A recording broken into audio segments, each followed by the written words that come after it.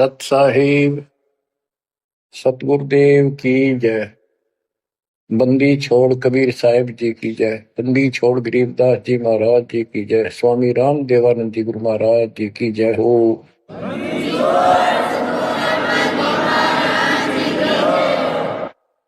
सर्व संतों की जय, सर्व भक्तों की जय, धर्मी पुरुषों की जय। श्री काशी धाम की जय, श्री सुडानी धाम की जय, श्री क्रोथा धाम की जय, श्री बरवाड़ा धाम की जय। सत साहिब जय जय सतगुरु मेरे की जय जय सतगुरु मेरे की। सदा साहेबी सुख से बसियो अमरपुरी के डेरे की। जय जय सतगुरु मेरे की जय जय सतगुरु मेरे की। सदा साहेबी सुख से बसियो सत्यलोक के डेरे की। सदा साहेबी सुख से बसियो सत्यलोक के डेरे की। निर्विकार निर्भय तू ही और सकल बेमान।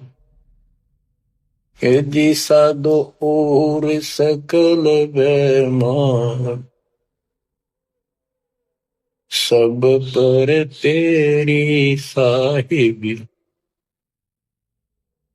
सब पर तेरी साहिबी।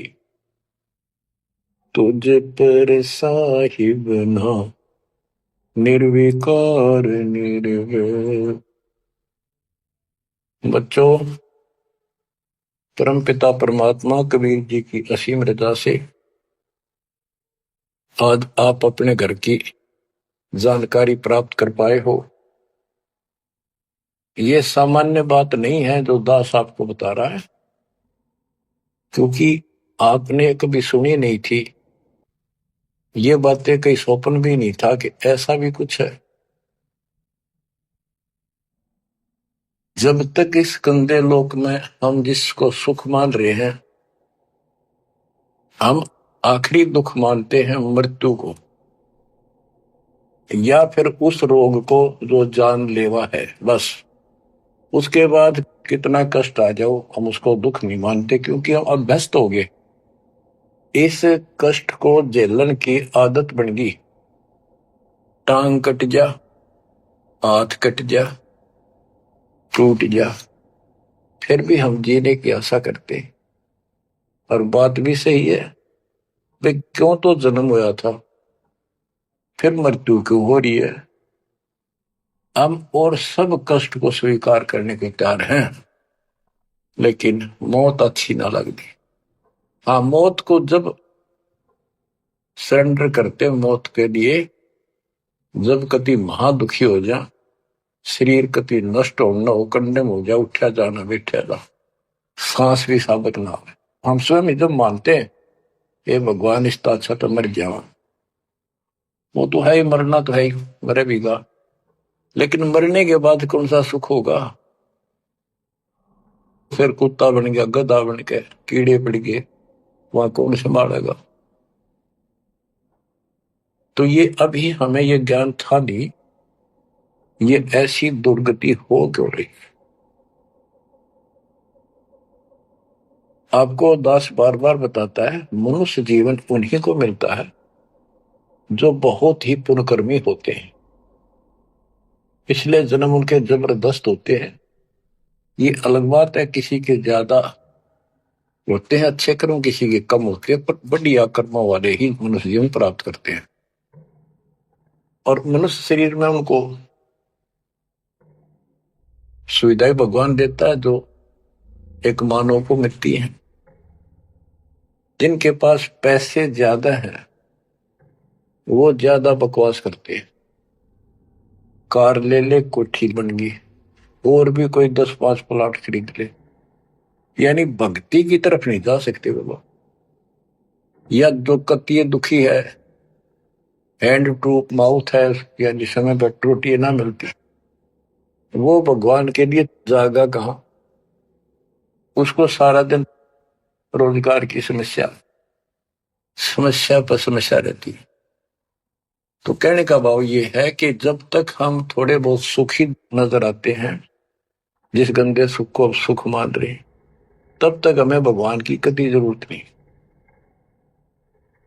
ये तो ये ज्ञान हो या फिर कष्ट आना शुरू होता जब भगवान याद आता, उसके लिए परमात्मा कहते हैं कबीर साहब, कबीर दुख में सुमन सब करें, सुख में करे न कोई, और जैस सुख में सुमन कर ले तो दुख का एक हुआ।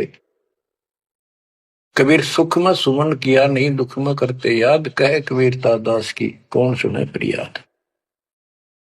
सुख में तो करा नहीं, जब कैर टूटने लग गया चारों तरफ से, कैंसर डिक्लेयर होगी, सांस साबित नहीं आंदा, कई कर्म हीनता फिर भी नहीं मानते कि नाम ले लो और भक्ति कर लो, गला ना देखी जाएगी। उनके इतने कर्म कमजोर होते हैं, संस्कार माड़े होते हैं, खराब होते हैं। थोड़े बहुत कष्ट होकर भी यदि परमात्मा की तरफ लग पड़े, चल पड़े, उसका नाम ले ले, तो भी सहारा देना शुरू कर देता था। बड़ा दयालु है। अब भक्ति से सब दूर हो चुके हैं, और जो करते हैं वो पिछले संस्कारी हैं, उनको रास्ता ठीक नहीं मिलता, वो शास्त्र विधि त्याग कर मनमाना आचरण करने पर लगे हुए हैं। कोई बेचारे पहाड़ों पर जाते हैं, कोई तीर्थों पर जाते हैं, कोई पर भी लेने जाते हैं, कोई मंदिर में, कोई मस्जिद में, और कोई मंडी बना रखी वहां मत्था टेकने जाते हैं। यानी उनको चाह भगवान की है पर रास्ता ठीक नहीं। अब जैसा आपने प्रसंग सुना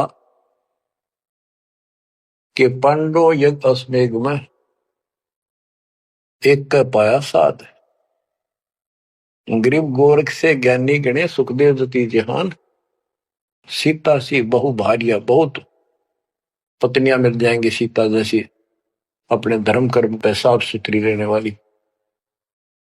संत दूर स्थान, कहते पांडव यज्ञ अश्वमेघ में एक का पाया साध, 33 करोड़ जहां थे देवता, 88,000 ऋषि, 12 करोड़ ब्राह्मण, 9,84 शत, उनमें एक का संत मिला, वाल्मीकि सुदर्शन जी। उसका कारण क्या था? उनकी साधना शास्त्र वेद है, गीता विरुद्ध है। तो बच्चों, शास्त्र विरुद्ध साधना करने से साधक को कोई लाभ नहीं होता। गीता अध्याय 16 श्लोक 23 में स्पष्ट किया है कि जो शास्त्र विधि को त्याग कर अपनी इच्छा से मनमाना आचरण करते हैं, लोक वेद के आधार से साधना करते हैं, उनको न तो सुख होगा और न उनकी गति होगी, यानी मोक्ष, और न उनका कोई कार्य सिद्ध होगा, सिद्धि प्राप्त होगी। इन तीन वस्तुओं के लिए, तीन पदार्थ के लिए हम भक्ति करते हैं। घर में सुख हो, शरीर में सुख हो, कार्य सिद्ध हो, ऐसी भक्ति करें कि जिसे सिद्धि प्राप्त हो, जिसके सहारे हम ऊपर जाए। जैसे सुखदेव के पास एक आकाश में उड़ जाने की सिद्धि थी, और हमारे परमात्मा कहते हैं जो हम भक्ति दे रहे इसमें 24 सिद्धि आ जाएंगे। इन 24 की 24 को भी कहीं यूज नहीं करना, उसका प्रयोग नहीं करना। ये उनमें एक सिद्धि आकाश से उड़ जाने की भी होगी। एक सिद्धि आकाश से उड़ जाई, एक सिद्धि जल पैर न लाई, एक सिद्धि कुछ खावे न पीवे, एक सिद्धि जो बहुत जीवे। ये कई कई दिन नहीं खाते पीते तो वो एक सिद्धि होती है। गरीबदास जी कहते 24 को ना मन चावे तो हंसा सतलोक सदावे। तो कहने का भाव ये है कि ये सब शास्त्र विरुद्ध साधना करने वाले हैं, और अमीन ने जबरदस्त महात्मा मानना थे। ये ऊपर का दिखावा ऐसा गजब का करते हैं, सामान्य व्यक्ति को क्या पता। आपको भी पता नहीं था इस ज्ञान के सुनने से पहले। ये साधु हमने भगवान दिखाई देते और माथा टेका थे, इन्हें प्रणाम किया करते, इनको खूब दान भी देते थे। ये पता चला ये डले डोहा थे। गरीब डिम्ब करे डूंगर चढ़े, अंतर जीनी जूल, जग जाना ये बंदगी करे, ये वो वसूल वजूल। ऊंचे से स्थान पर बैठते हैं ताकि दूर तो दिखे कि महात्मा तपस्या कर रहे हैं, या पहाड़ों पर चले जाते हैं क्यों लोग भी भटक रहे हैं भगवान के लिए। साधु मिल जाए, कोई आशीर्वाद दे दे, घर में बरकत हो जाए, नो हो जाए, नो हो जाए, तो आशीर्वाद लेने जाया करते। और वो जंगलों में साधुओं में ढूंढा करते, तो वो छोटा मोटा आशीर्वाद दे भी देंगे, थोड़ी बहुत राहत मिल भी गई तो मोक्ष तैनो का नो रह गया। गरीब डंब करे डूंगर चढ़े, अंतर जीवनी झूल, जग जाने बंदगी करे, भक्ति करे, ये वो असूल वो। बच्चों, आपको बताया है जो उदास एक भी शब्द बोलता है ये अपनी तरफ से नहीं, ये गॉड गिवन है। और परमात्मा ने किसको दिया? अपनी प्यारी आत्मा संत गरीबदास जी को दिया। उनके द्वारा अमर ज्ञान लिखवाया गया है, वो आपको सुना रहा है दास। रग यजु है श्याम अथर्व, ये चारों वेद चतुभंगी रे, सूक्ष्म वेद बाचे साहिब का, सोहन सा सतसंगी रे। जो परमात्मा का सूक्ष्म वेद पढ़ता है वो सत्संगी है। चारों वेद ऋग यजु साम अथर्व, ये चारों भ्रमित ज्ञान युक्त है, इनसे जीव को कोई लाभ नहीं होना, मोक्ष नहीं हो सकता। तो दास आपको ये सूक्ष्म वेद सुना रहा है। अब कुछ वाणी सुनाऊंगा। ये माया का ग्रंथ है। एक बाल्मीकि नीचे कुल साधु, जिन संघ पंचायन पूरे न दू। एक बाल्मीकि जाति का, जिसको तुम नीचे को मानते थे, वो था साधु, जिसने वो पंचायन शंख बजा दिया। और गिनो माया के पुता, ब्रह्म जोगनी सब ही टूटा। ये बाकी ये माया के पुजारी, इनके पास यथार्थ भक्ति नहीं थी। चंद सूर केतक साई, जिनके आगे ये बड़े गदाई, नूरी दीपक धरे चिरागा, काल करंजन को उठ लग गया। नूरी अंग विनस है भाई, माटी के किस गिनती माई। कि ये ब्रह्मा विष्णु महेश्वर का नूरी शरीर है, हल्का सा नूर का। इन देवताओं का नूरी शरीर है, ये नकली नूर है, असली नूरी शरीर सतलोक में है। काल ने दुर्गा के माध्यम से यहाँ उस सतलोक वाली सारी डुप्लीकेट वस्तु बनवा रखी है। कति नो क्यों मिलते जुलते स्त्री पुरुष ऐसे ही है, लेकिन वहां ओरिजिनल शरीर है, बिल्कुल अविनाशी शरीर है। यहाँ कहते ब्रह्मा विष्णु महेश के नूरी शरीर है। ये नूरी अंग विनसय है भाई, माटी के किस गिनती वाही। जब ये ब्रह्मा विष्णु महेश जैसे मरेंगे तो ये मिट्टी के जो हमारे हैं, तुम्हारे मनुष्य के, ये कौन से खाते में है कि तुम ना मरोगे। और फिर क्या कहते हैं? ऐसे भरम ना भूलो लोई, इनकी ओट न उभरा कोई। जिनकी देवताओं की, ब्रह्मा विष्णु महेश की, देवी की, काल की तुम आड़ ले रहे हो, शरण लिए बैठे हो, ऐसे भ्रम ना भूलो लोई, इनकी ओट न उभरा कोई। कोई पार नहीं हो सकता, किसी का कल्याण नहीं हो सकता। यही 84 लाख योगियों पर कष्ट उठाते रहोगे। अब क्या कहते हैं? या तो 56 कोटि सहारे, और करी ठगोरी छन मारे। 5 तत्व त्रिगुण की पूर्णी, आवे ब्रह्मा विष्णु महेश्वर जो। ये ब्रह्मा विष्णु महेश भी जन्म मरण के अंदर आवेंगे। बच्चों, यदि आपको पहले तैयार ना कर रखा होता ना सारे प्रमाण देके, तो आप कति नहीं सुनते। अगले दिन आप कति कान का नहीं लाते यूट्यूब के चैनल को, जो कहो झूठ बोल रहा है। और आज आपके घीसा गल है कि गजब अजब कति साची सारी। और ये 300 वर्ष पहले संत गरीबदास ने लिखे कदर गए थे। उन्होंने प्रचार नहीं किया, उनको पता था कि इस ग्रंथ ना और पाट देंगे जय ईब गणा प्रचार कर दिया था। आग ला देते इसका पहले जो इतना गहराई से कोई बतानिया होता था। और अब ओए होए, ये जो दिल करता है सुने जावा इतनी गजब की सच्चाई और पढ़े जावा। देखो बच्चों कितना अंतर हो गया। अज्ञान के कारण हम अपने खजाने न छोड़े फिरा थे। चारों युग में संत पुकारे को कहा हम हेल रे, हीरे माणिक मोती वर्षे ये जग चुकता ढेल रे। हम डले इकट्ठे करा थे, डले कंकर शास्त्र विरुद्ध साधना करके।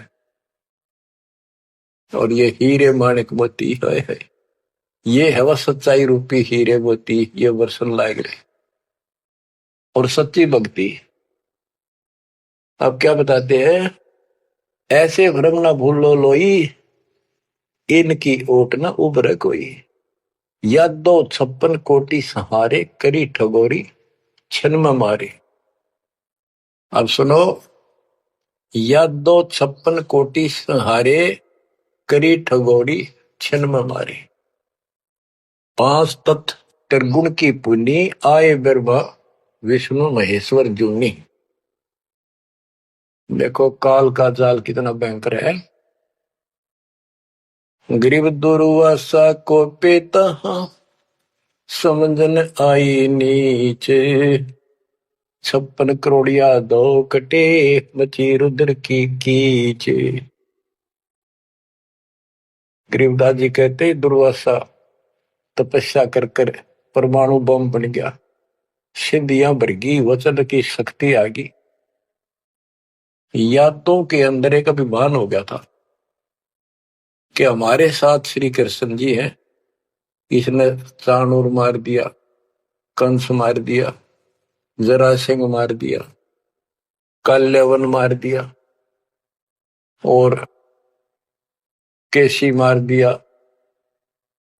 तो इस प्रकार ये नो सोच बैठे थे कृष्ण तो ऊपर कोई नहीं और थारा कोई कुछ नहीं बिगाड़ सकता।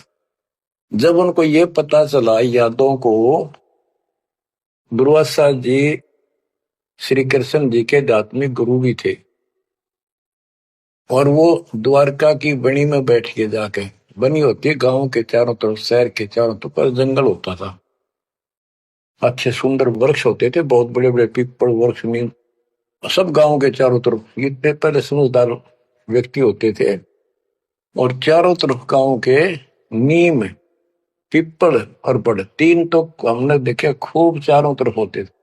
उनसे ऑक्सीजन गांव में जाती थी, किधर की हवा चलो सारी ऑक्सीजन जाती थी। तो उसका एरिया कम से कम आधा किलोमीटर का होता और पूरे गांव के चारों तरफ होती थी। उसको बनी बोलते थे। उसमें छोटे मोटे बोझले भी होते थे जिनकी 8 मत क्रैश हो जाया करते थे लोग, साथ में तालाब होते थे। तो क्या बताते हैं कि बनी में बैठ गया दुर्वासा जी आके, और द्वारका के अंदर ये बात फैल गई कि दुर्वासा जी बड़े पहुंचे हुए संत ऋषि हैं, भूत भविष्य वर्तमान की तीनों काल की जानते हैं। तो जवान जवान बच्चे थे जिसमें श्री कृष्ण का पुत्र प्रद्युम्न भी था। उनके मन में यह आई भाई दुर्वासा की परीक्षा लेते हैं, देखते हैं कैसा भूत भविष्य ही जानता है। उन्होंने स्कीम बनाई, एक लड़के के पेट पे लोहे की कढ़ाई बांध दी छोटी सी और गुजरियां वाले लड़कियां वाले कपड़े पड़ा दिए, मुंह पर घूंघट डाल लिया करते पहले, पूरा स्वांग कर दिया लड़की का, ले गए गर्भवती लड़की का। 5-7 और थे बच्चे, बच्चे तो क्या थे, अच्छे शादी हो रही थी उसकी प्रद्युम्न की भी। तो वहां बच्चे भी हो रहा था उसके अनिरुद्ध जैसे। दुर्वासा जी से जाकर उन्होंने कहा, हे महाराज, आप तीनों काल की जानते हो, त्रिकालदर्शी हो। ये व्यक्ति है, ये इसकी पत्नी है। इनके 10-12 वर्ष में भगवान ने दया करी है, इसका आश्रय है। ये उतावले हो रहे हैं, ये पूछ लो भाई बेटा होगा कि बेटी। दुर्वासा ने देखा दिव्य दृष्टि था, गुस्सा में होगा, लाला कर ली, अब ये तो मजाक कर दिया। तो गुस्से में आगे कहने लगा, यह दो कुल का नाश होगा इससे, जो गर्भ है इससे। इस बात से जब गुस्सा हुआ तो भाग गए बच्चे। सारी नगरी में बात फैल गई कि बच्चों ने मजाक कर दिया और दुर्वासा ने श्राप दे दिया या दो कुल का नाश होने का। तो उनको पता था, नगरी वालों को, श्री कृष्ण जी हमारे सिर पर कौन क्या बिगाड़ सकता है।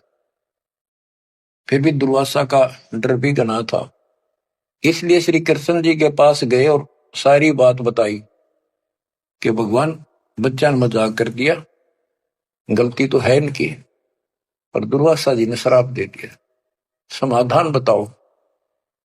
कृष्ण जी बोले, भाई दुर्वासा से माफी मांगो जाकर, इन बच्चा ने भी ले जाओ, उनके चरणों में डालो।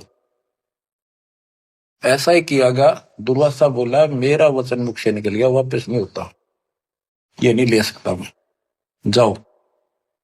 वो आगे, अब सुनते रहियो, इस एक कथा से कितनी बात निकलेंगी, जहां हमारा भूल ला रखी थी इन्होंने। कृष्ण जी के पास आए, बहुत ज्यादा दुख हो गया।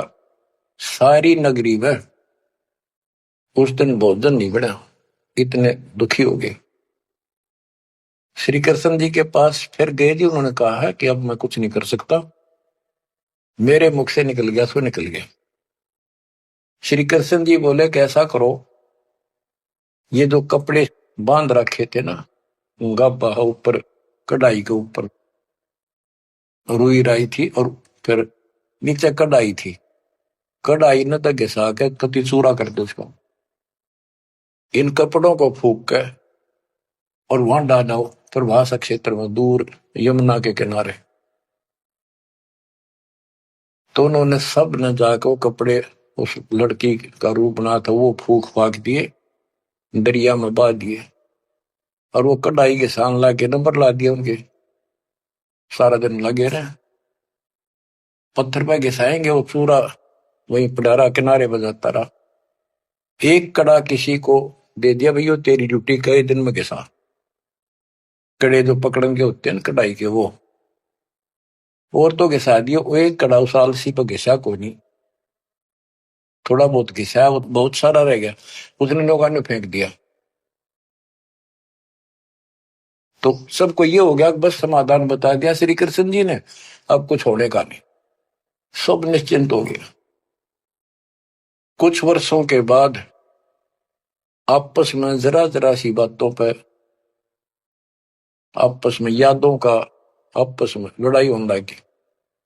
कोई जरा सी कहते लट्ठम लट्ठा मार दे एक दूसरे, हाहाकार मच गया नगरी में, अकाल मौत होने लगी, पशुधन नष्ट होने लगे।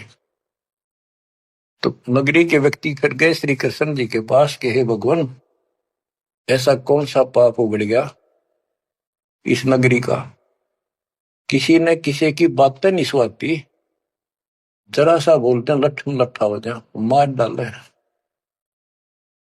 अकाल मृत्यु होने लग रही है।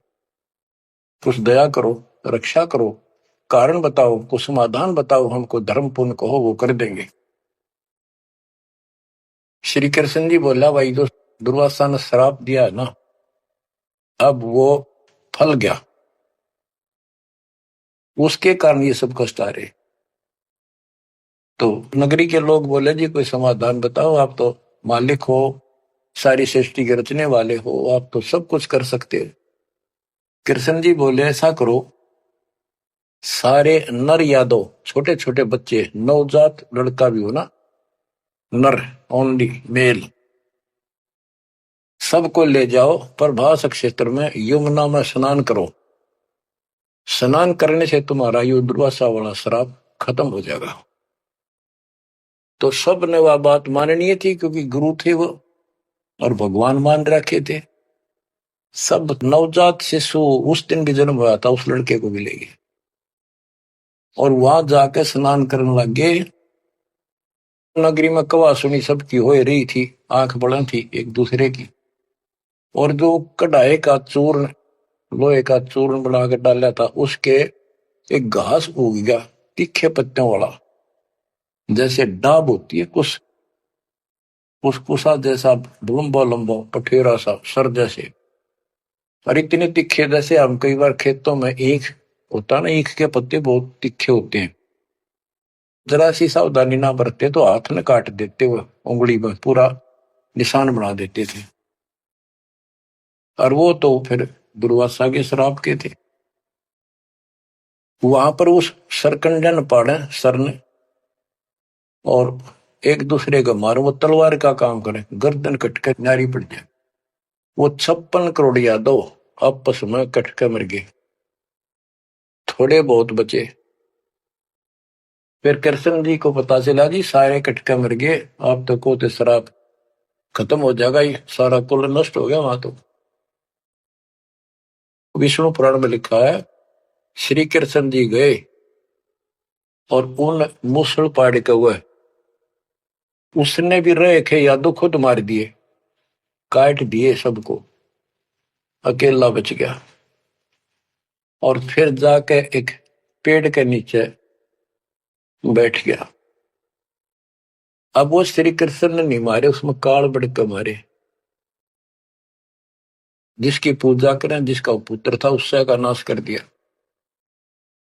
फिर क्या बताते हैं, जो बाली मारा था श्री रामचंद्र जी ने एक वृक्ष की ओट लेकर, बाली को मार के सुग्रीव को राज दिया। सुग्रीव ने फिर रामचंद्र जी की हेल्प करी लंका पर युद्ध करने के लिए। वो बाली उसने मारा था धोखा करके, आमने सामने श्री रामचंद्र जी लड़ नहीं सका, उसमें इतनी ताकत थी, 50% पावर खींच लेता था बाली। इसलिए वृक्ष की ओट लेकर सुग्रीव ने बता दिया उसके भाई ने, वृक्ष की ओट लेकर मार सकते हो, वैसे नहीं सामने ना आना। वृक्ष की ओट लेकर थोड़ा सा मुंह काटा, तीर ठोक दे। जब 7-8 तीर मारे, जब वो मरा था। फिर बाली ने कहा था जी आपने बहुत बड़ी गलती कर दी, आपका मेरा के रोला था, हमारा भाई भाइयों का झगड़ा था, और फिर लड़ना था, सूरवीर थे, आमने सामने आते, आपको पाप लगा, आपने वो बदला देना होगा। तो रामचंद्र जी ने बताते हैं, कहा कि मैं तेरा बदला दूंगा। श्री कृष्ण रूप में श्री राम जन्मे और वो ये बाली एक बालिया नाम का शिकारी बना। अब क्या था, वो जो एक कड़ा बच्चा था, पूरा घिसा नहीं, वो एक मछली ने खा लिया, कोई खाद्य पदार्थ समझ गया, वस्तु समझ गया, और वह मछली पकड़ ली उसने, उस शिकारी ने, बालिए ने। उसने जब वह काटी मछली तो उसमें बहुत चमकीली धातु निकली। वो ले गया सुनार के पास में, सोची कोई चांदी दिखा। सुनार बोला लोहा बहुत गजब का है, चांदी नहीं है। लोहार के पास ले गया, लोहार से कहा कि इसका ये तीर बना दे मेरा, जहर में बुझा के, तो इसको विशेष रखूंगा अलग से, कोई भयंकर जानवर आ गया, शेर शार, तो उसको मार दूंगा अपने जीवन रक्षा के लिए। तो उसने वो तीर बनवा लिया उस कड़े का, जहर में बुझवा कर पॉइजन युक्त करवा लिया। वो बालिया नाम का शिकारी सारे दिन से भटक रहा था, उसको शिकार नहीं मिला। और श्री कृष्ण जी वृक्ष के नीचे लेटे हुए थे और उसने अपने एक घुटने पर दूसरा पैर रखा था, तलवार सामने दिखाई देता, उसमें पद्म था और पद्म चमक रहा था, खूब उसकी रोशनी होती है पद्म की, जैसे 100 वाट का बल्ब हो। अब शिकारी ने देखा उस झुरमुट टहनी नीचे तक टिकी हुई थी वृक्ष की, अच्छी खासी बढ़िया सी छाया थी, आराम से वो लेटा हुआ था गर्मी से बचाव के लिए। तो उसने दूर से देखा कि मृग बैठा है, हिरण की आंख चमका है, इधर से जाऊंगा तो ये भाग जाएगा, सारा दिन का कोई शिकार मिला नहीं है, खाली जाऊंगा तो फिर खाऊंगा क्या। उसने वहीं से वो विषाक्त तीर मार दिया, पॉइजन युक्त, जहर से बुझा हुआ तीर चला दिया, तो पैर में लग गया आके सीधा उस निशाने पे, पदम के पास। कृष्ण जी पीड़ा के कारण कर रहा है, मर गया रे, मार दिया रे, किसने मार दिया। तो वो शिकारी घबरा गए, तो आदमी मर गया। जल्दी जल्दी चलकर देखा तो ये तो कृष्ण जी है, द्वारकाधीश, सिर पर मुकुट है। तो उसने हाथ जोड़ कर माफी मांगी, हे राजन, मेरे से धोखा हो गया, और मैंने सोचा कि आपके पैर में कोई चमकीला वस्तु लगी है, पदार्थ। मैंने सोचा ये मर्ग की आंख से, और यूं तो जहर से बुझा हुआ तीर था। मालिक, बच्चों को भी माफ कर दो। श्री कृष्ण बोले, भाई कोई बात नहीं, यूं तेरा मैंने बदला दे दिया, तेरा दोष नहीं है, ये होना ऐसे ही था, पूर्व निर्धारित था। तो बादिया बोला, हे भगवान, आप राजा और मैं एक निर्धन व्यक्ति, जंगल में भटकने वाला, आपका और मेरा के हिसाब किताब, क्या बदला हो सकता है। तब श्री कृष्ण जी कहते, भाई तू बाली था, बड़ा बलवान था, सुग्रीव का भाई था, और मैं रामचंद्र रूप में अपनी पत्नी की खोज में भटक रहा था, और तेने अपने भाई को दुखी कर रखा था। उसने मेरे से वायदा किया, सुग्रीव ने, तेरी मदद कर दूंगा, मेरे भाई तो मेरा राज दिला दे। तने सीधे हाथों दिया नहीं तो युद्ध करना पड़ा, वृक्ष की ओट लेकर मैंने तू मारा, वैसे नहीं मार सकता था, वो मेरे से गलती बनी थी, धोखे से मारा तेरे, आज तूने भी मुझे धोखे से मार दिया, मैंने अपना बदला दे दिया।